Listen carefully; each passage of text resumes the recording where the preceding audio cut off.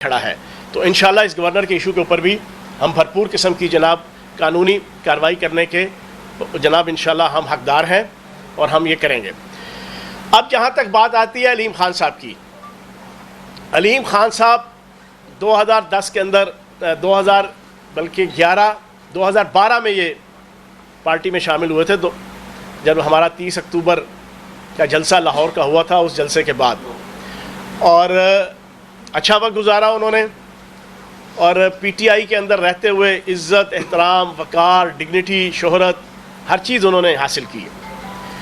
लेकिन बदकिस्मती से इन 3.5 सालों में उन्होंने चीज़ों को जिस अंदाज से चलाया और फिर स्पेशली आखिरी जो 5-6-7 माह थे और ख़ुसूसन अक्टूबर का एंड की शायद बात है या नवंबर के शुरू की बात है कि जब एक बैरूनी मुल्क के कौंसल जनरल से उनकी मुलाकात हुई, जिसकी कवरेज उन्होंने खुद चलाई थी। उसके बाद इनकी ट्यून चेंज हो गई, इनकी तबीयत भी चेंज हो गई। इन्होंने फिर पार्टी से किनारा कशी भी इख्तियार की और फिर उसके बाद जो पिछले 2 महीनों के अंदर खुल खुला के पार्टी के ख़िलाफ़ बल्ले के इंतखाबी निशान से मुंतखब होने के बावजूद हमज़ा शहबाज शरीफ और नून लीग के साथ यारियाँ, दोस्तियाँ, ताल्लुक़ और फिर खुल खुला के फ्लोर क्रॉसिंग करते हुए आइन के आर्टिकल 63A(1) की खिलाफ वर्जी की, वो सारों के सामने है। इसमें मुझे कोई और डिटेल बताने की ज़रूरत नहीं। उसके नतीजे में ऑब्वियसली पाकिस्तान का मीडिया भी, पाकिस्तान की आवाम भी और ख़ुसूसन पीटीआई की क़यादत और पीटीआई के वर्कर्स और वोटर्स वो हक बजानब थे कि वो इनके ऊपर क्रिटिसिज्म भी करें, वो इनके ख़िलाफ़ तादीबी कार्रवाई भी करें, वो इनसे पूछ परतीत भी करें, वो इनका चेक एंड बैलेंस भी करें।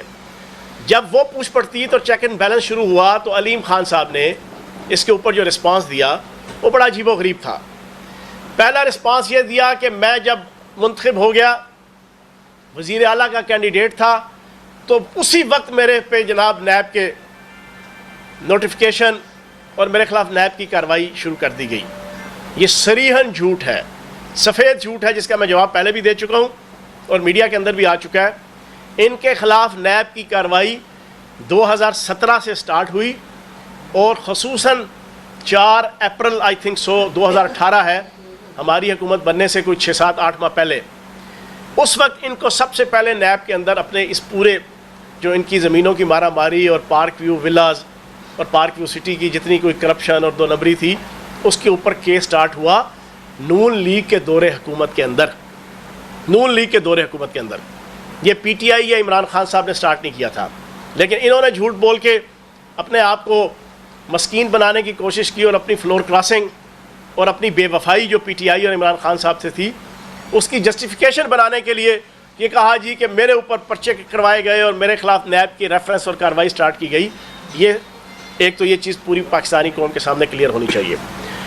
दूसरी चीज़, अब ताज़ा जब उन्होंने ये मनाजरे का चैलेंज दिया, आपके सामने मैं कुछ हकायक रखूँगा, अभी मैं बहुत डिटेल के साथ नहीं जाऊँगा, वो इंशाल्लाह वक्त के साथ साथ जब इनका इसके बाद कोई जवाब आएगा तो फिर उसकी डिटेल भी रखेंगे। मेरे पास एक एक चीज़ की डिटेल मौजूद है। मेरे पास LDA के वाइस चेयरमैन शेख इम्तियाज़ साहब का भी मौजूद है। मेरे पास तमाम फैक्ट्स एंड फिगर्स मौजूद हैं लाहौर में इनकी हाउसिंग स्कीम के हवाले से।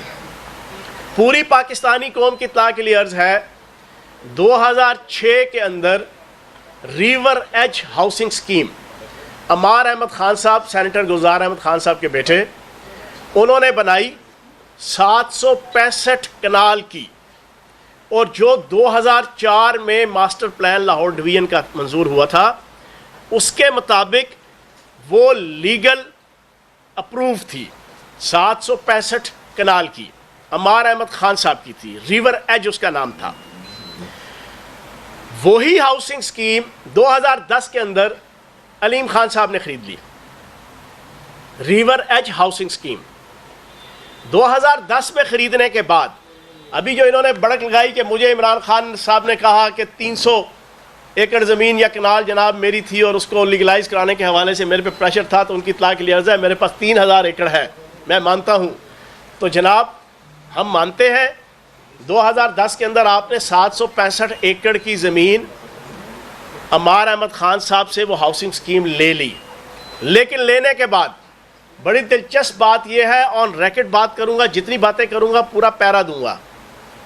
और एक चीज़ सारी दुनिया जानती है, फयाज चौहान जब भी कोई बात करता है वो पूरा पैरा देता है और सारी रिसर्च करके ही वो सारी चीज़ आपके सामने रखूंगा। और मैं एक जिम्मेदारी के साथ ये सारी बातें कर रहा हूँ। रिवर एज हाउसिंग स्कीम लेने के बाद उसका नाम पार्क व्यू विलास रखा गया, फिर उसके बाद इसका नाम पार्क व्यू सिटी रख दिया गया। दोनों की कोई लीगल अप्रूवल एलडीए के अंदर आज तक नहीं है, आज तक नहीं है। और बगैर अप्रूवल के आप हाउसिंग स्कीम का नाम चेंज नहीं कर सकते। इन्होंने आज तक जनाब रिवर एज के नाम से ही जो है वो हाउसिंग स्कीम चल रही है। फिर उसके बाद 765 कनाल का जो हाउसिंग स्कीम रिवर एज थी, जिसके ऊपर पार्क व्यू विलास इन्होंने बनाकर काम शुरू किया, उस 765 लीगल ज़मीन की छतरी तले तकरीबन 3000 कनाल ज़मीन इन्होंने इल्लीगल 3000 कनाल जनाब इन्होंने इसके छतरी तले ख़रीदी पिछले 10-15 सालों के अंदर। 3000 कनाल तकरीबन, कोई 3500 भी कह सकते हैं, 3440 कनाल कह सकते हैं, लेकिन मैं एक अप्रॉक्सीमेटली जो है ना 3000 कनाल कह रहा हूँ। वो सारी की सारी एग्रीकल्चर ज़मीन है, वो सारी की सारी ग्रीन है, ब्राउन नहीं है। ग्रीन और ब्राउन का फ़र्क यह है कि ग्रीन जनाब एग्रीकल्चर ज़मीन को कहते हैं जो दरिया के किनारे या ओपन जनाब आपके दई इलाकों में हो, और ख़ुसूसन दरिया के किनारे वो एग्रीकल्चर ज़मीन के जिसके ऊपर किसी किस्म की कोई कमर्शियल और रेजिडेंशियल एक्टिविटी नहीं हो सकती। ग्रीन ज़मीन इन्होंने 300 कनाल से ज़ायद ख़रीदी, उसको अपनी उस हाउसिंग स्कीम के अंदर इंडक्ट कर दिया, और वो आज तक ग्रीन है, वो कमर्शियल नहीं है, वो रेजिडेंशियल नहीं है, उसके ऊपर किसी किस्म की कोई कंस्ट्रक्शन नहीं हो सकती। ग्रीन और ब्राउन का फ़र्क ये है कि ग्रीन पे सिर्फ आपकी कल्टीवेशन हो सकती है, आप ज़राअत बानी कर सकते हैं, खेती बाड़ी कर सकते हैं, आप उसके ऊपर ना कमर्शियल ना रेजिडेंशियल कोई कंस्ट्रक्शन नहीं कर सकते। वो 3000 से ज़ायद कनाल ज़मीन आज तक 2004 का मास्टर प्लान लाहौर डिवीज़न का, फिर उसको रिव्यू किया गया 2016 के अंदर मास्टर प्लान, जो आज 2021-22 तक भी वही चल रहा है।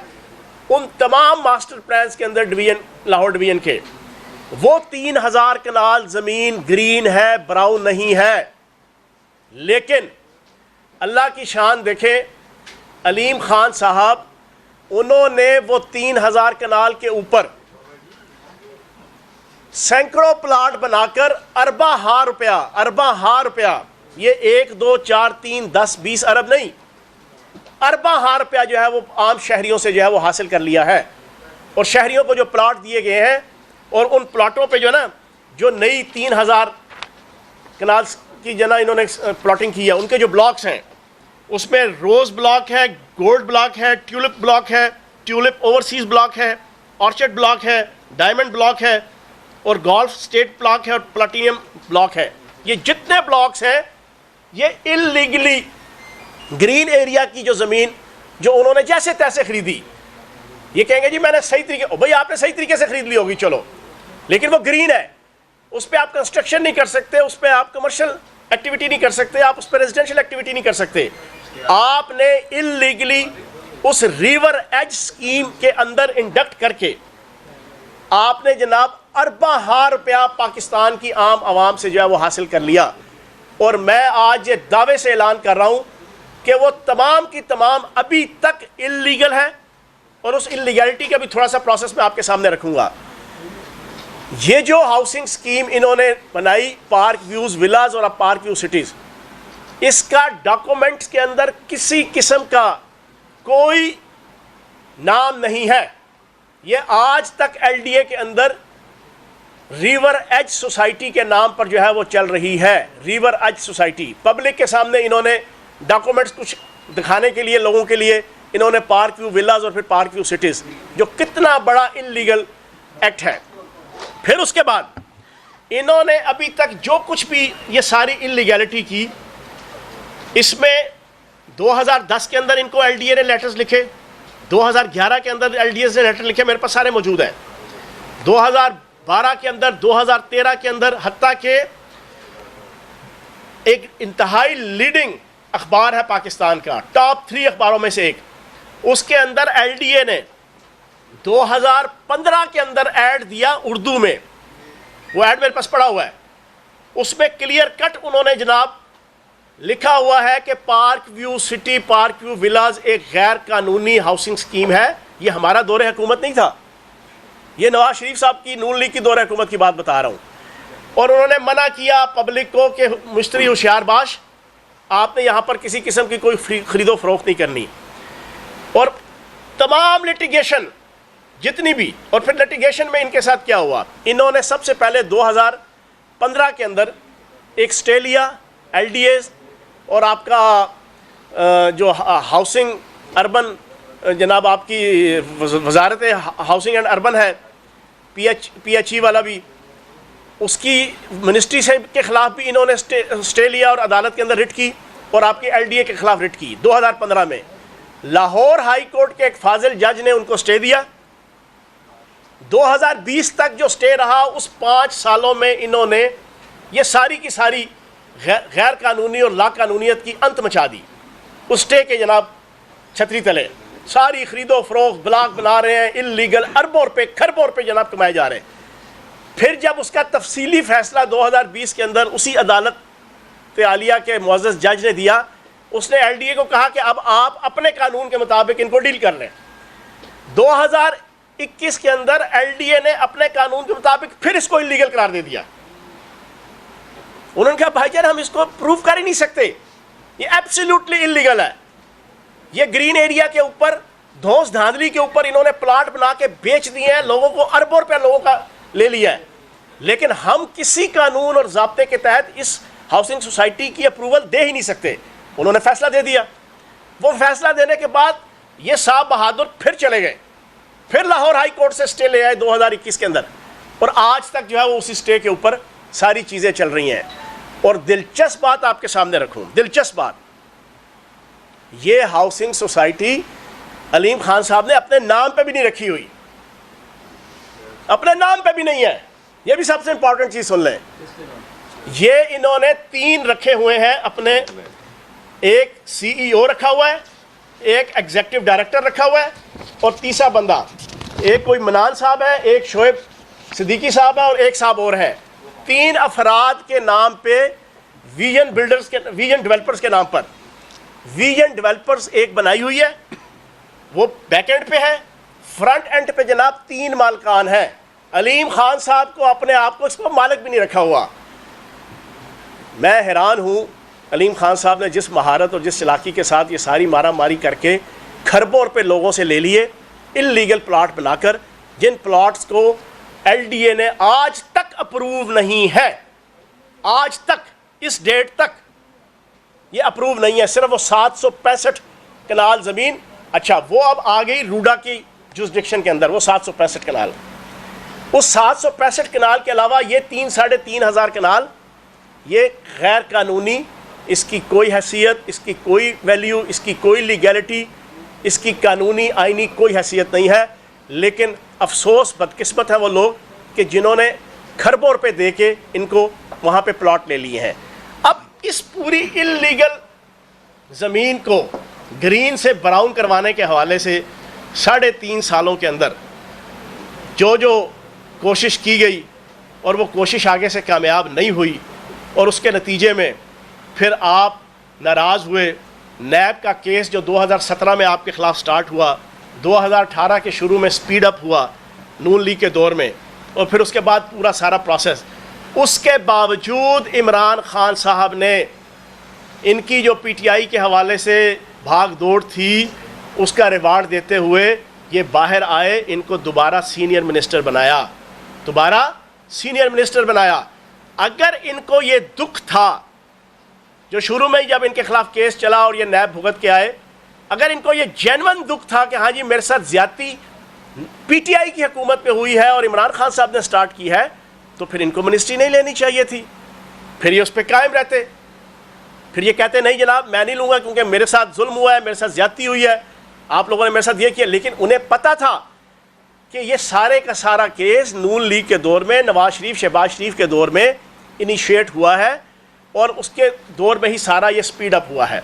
आपने उस वक्त तक तो ठीक रखा, लेकिन जब बैरूनी ताकतों की साजिश इक्वल टू मुदाखलत, ठीक है ना जी, मैं इस वजह से कह रहा हूँ कि जिसको जो मज़ा आ जाए, जो समझ आए, किसी को साजिश से मज़ा आता है, किसी को मुदाखलत से समझने में मज़ा आता है या समझ आती है, तो जो भी समझ लें। मुदाखलत इक्वल टू साजिश जब स्टार्ट हुई तो फिर आपने जनाब पिछले लांझे सारे निकाल के उनको बुनियाद बना के, वो कहते हैं ना कि बराहीमी नज़र पैदा बड़ी मुश्किल से होती है, हिवस छुप छुप के सीनों में बना लेती है तस्वीरें। तो आपने वो तस्वीरें बना ली, जस्टिफिकेशंस बना ली कि मेरे साथ वो ज़्यादती, मेरे साथ ये ज़्यादती, मेरे साथ फ़लाँ ज़्यादती, और जनाब मैं अब जनाब आपके साथ नहीं हूँ। तो मेरी अलीम खान साहब से गुजारिश है, डिटेल मेरे पास बेतहाशा पड़ी हुई है, मैं टेक्निकलिटीज़ में नहीं जाऊँगा। मैं एक अवामी सा आदमी हूँ और अवामी ज़बान इस्तेमाल करता हूँ। मैंने देसी तरीके से पाकिस्तानी कौम को सारा कुछ बता दिया। पार्क व्यू विलाज का नाम की कोई हाउसिंग सोसाइटी LDA में ना रजिस्टर्ड है, ना उसका नाम किसी डॉक्यूमेंट के अंदर मौजूद है। पार्क व्यू सिटी नाम की कोई सोसाइटी LDA के अंदर ना मौजूद है, ना वो रजिस्टर्ड है, ना उस नाम का कोई डॉक्यूमेंट है। जो शाख नाजिक पे आशियाना बनेगा ना पायदार होगा, जो फ्रॉम डे फर्स्ट से ही 2 नंबरी के ऊपर मबनी सारी हाउसिंग स्कीम है, आप उससे क्या तवक्को रखेंगे कि उसमें क्या लीगैलिटी होगी। तो ये टोटल इल्लीगल है। टोटल लोगों ने जो प्लॉट लिए हैं वो इल्लीगल हैं। लोगों के अरबा हार पे, खरबा हार पे वो ले लिए गए हैं। अब वो बेचारे लोग परेशान हैं कि उनके अरबों पे लग गए, खरबों पे लग गए, लेकिन उनके प्लॉट लीगल नहीं हैं, उनकी रहायशगाहें लीगल नहीं हैं। तो इसके ऊपर मैं अलीम खान साहब से गुजारिश करूँगा, आपने अगर हमज़ा शहबाज साहब के साथ मिल के अपने कोई चीज़ें सारी अब लीगलाइज करने के हवाले से या बेहतर करने के हवाले से अगर कोई प्लान बना लिया है तो वो आपकी मर्ज़ी है, आप करें। लेकिन आप इस तरह आके इमरान खान साहब को या PTI को आंखें नहीं दिखा सकते, क्योंकि कानूनी तौर पर आप जो है वो शीशे के महल में इस वक्त रह रहे हैं, और वो शीशा भी जो है ना वो बड़े ही लो लेवल की जनाब क्वालिटी का शीशा है, जिसको फूंक मारो तो वो टूट जाएगा, पत्थर मारने की ज़रूरत ही नहीं है। तो इस वजह से इतनी ना बड़ा पाकी दामा की हिकायत, दामन को ज़रा देख, ज़रा बंदे के बाद देख। बहुत शुक्रिया। अच्छा जवाब साहब ये बताइएगा कि पाकिस्तान के फैसले क्या फिर अब लंदन में होंगे? नवाज शरीफ ने वज़ीर-ए-आज़म शहबाज शरीफ समेत सारी पार्टी की आदत को लंदन बुला लिया है, तो पाकिस्तान के मामला पाकिस्तान में नहीं तय हो सकते? अच्छा, मैं एक ब्रेकिंग आपको दे देता हूँ, जानते आप सारे हैं, लेकिन एक पॉलिटिकल बंदे के मुंह से आप सुनेंगे। असल में कल और परसों और आज लंदन और न्यूयॉर्क में कोई एक्टिविटीज़ हो रही हैं। इस नतीजे पे पहुंचा गया है कि शहबाज शरीफ और हमज़ा शहबाज और बेगम सफदर अवान और बिलावल जरदारी और आसिफ जरदारी के बस की बात नहीं है इमरान खान साहब की पॉपुलैरिटी को और PTI की पॉपुलैरिटी को काउंटर किया जा सके। तो नून लीग की क़यादत अपने तय शायद ये समझ रही है कि हुण असी नवाज शरीफ साहब, सुल्तान मफरूरुद्दीन साहब को लेकर आएंगे, शायद वो बहुत बड़े नेल्सन मंडेला बन के जनाब यहाँ पर आएंगे, तो सही तरीके से इमरान खान साहब की पॉपुलैरिटी और उनके बड़े बड़े जलसे, पब्लिक की तरफ से एक्सेप्टेंस, पब्लिक की तरफ से प्यार मोहब्बत, उसका कोई काउंटर किया जा सकेगा। तो आज कल और परसों में कुछ चीज़ें हुई हैं, मैं बैनस्तूरी सारी बात आपके सामने रखूँगा, सुनने वाले भी समझ जाएंगे और आप भी समझ गए होंगे। लेकिन एक बात बड़ी क्लियर आपको बता दूं, पाकिस्तान की सियासत के पुलों के नीचे से ढेर सारा पानी बह गया है। वो आज से 6, 7, 8 महीने पहले या 2 साल पहले का कोई नवाज शरीफ को अगर कोई समझता होगा कि नवाज शरीफ आएगा तो वो कोई क्राउड पुलर बनेगा, नहीं भाईजान, ख़त्म, फिनिश, खल्लास, तम्त बिल खैर।